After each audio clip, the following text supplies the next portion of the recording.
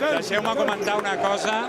Avui, precisament avui, fa 25 anys que va sortir el primer número, mentre veiem aquí Bojan, de la revista Gigantes del baloncesto. Una molt bona notícia, felicitem des d'aquí. 25 anys seguits, és que és molt gran, això, no?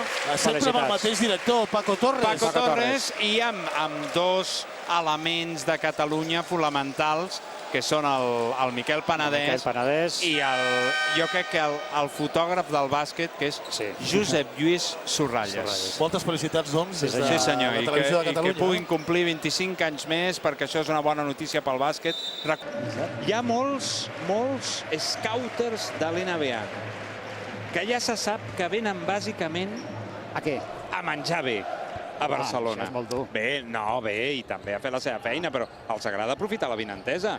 Nacho, Barcelona és una gran ciutat. clar, home, imagina't si vius a Memphis, Tennessee. Clar, si vens a Barcelona t'has de tipar. Que gran era Sarunas Marchulionis. Que gran era Marchulionis.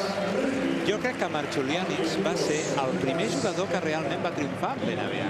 Sí. Perquè recordeu Se li que va fer Petrovic... petit a Europa, eh? Sí, va tenir la sort d'anar a Golden State amb Dan Nelson, que era un entrenador que entenia els europeus, a diferència del carallot d'Adelman a Portland, quan va rebre Drazen Petrovic, que el va desaprofitar de mala manera.